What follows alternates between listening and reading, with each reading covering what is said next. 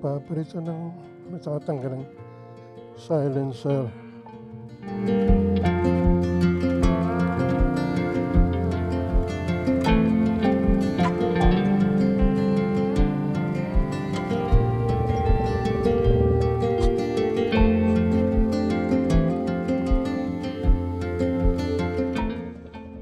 Ikot lang tayo sandali.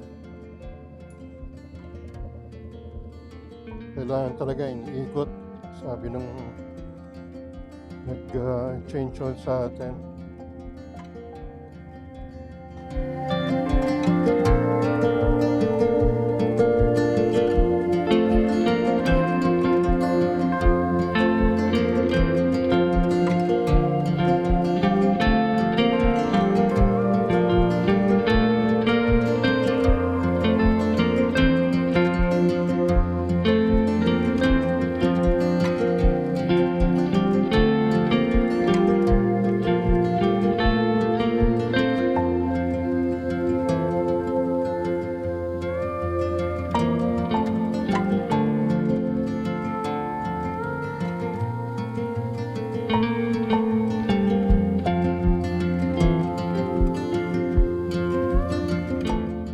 Kaya sa bahay na lang nag-change oil to kasi nga nung lumabas tayo nung kailan ba yun? Webes siya tayo, no? Biyernes. Para magpa-change oil. Ang dami parehong ginagawa ng mga shop.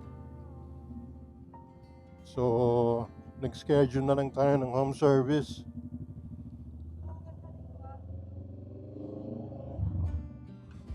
Konti lang naman ang bayad din sa home service eh.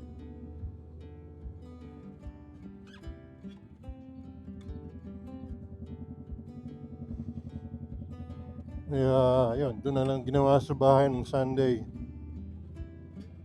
Ano ba ngayon? Ngayon ay Tuesday, August 12. Birthday ng tatay. Tay! Happy birthday! In heaven na, pero happy birthday pa rin. Tatay passed away August 1, 2009. Luckily, andun tayo. Nasa Calgary tayo noon, pero syempre, bumiyahe tayo pa Toronto. Or Toronto.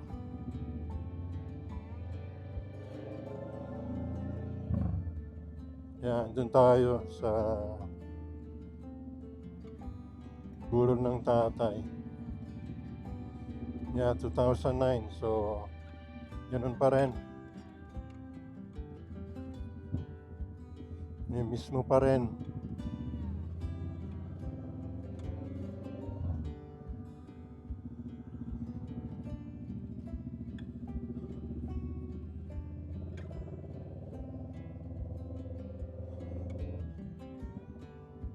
Anyway, sabi nga kasi nung maganda pa rin kahit pa paano naiikot-ikot.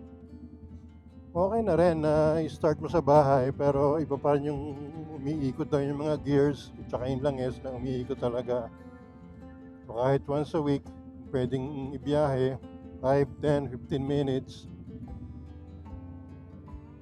Kung hindi, wala, hindi na naman naabuti ng isang taon itong baterya natin. Bibili na naman tayo ng panibago.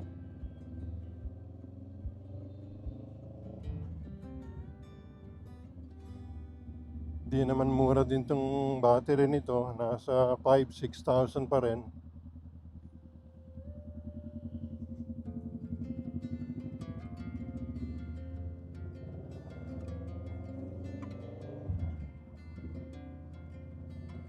Saglit din lang naman mag-ikot-ikot.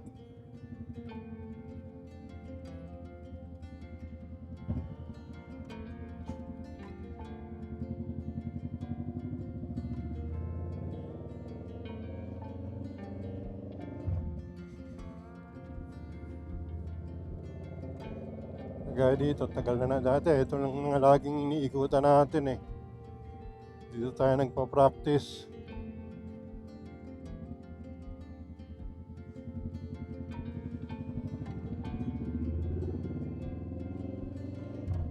Tagal na rin tayo hindi naiikot dito.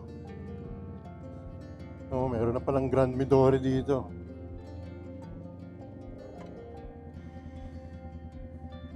J. Vargas, Julia Vargas, tsaka San Miguel Avenue. Yan, dito nga lagi tayo nag-ride. Nagpa-practice pa lang tayo. Ikot tayo, tapos pagdating doon sa kanto ng Ortigas, Robinson's U-turn.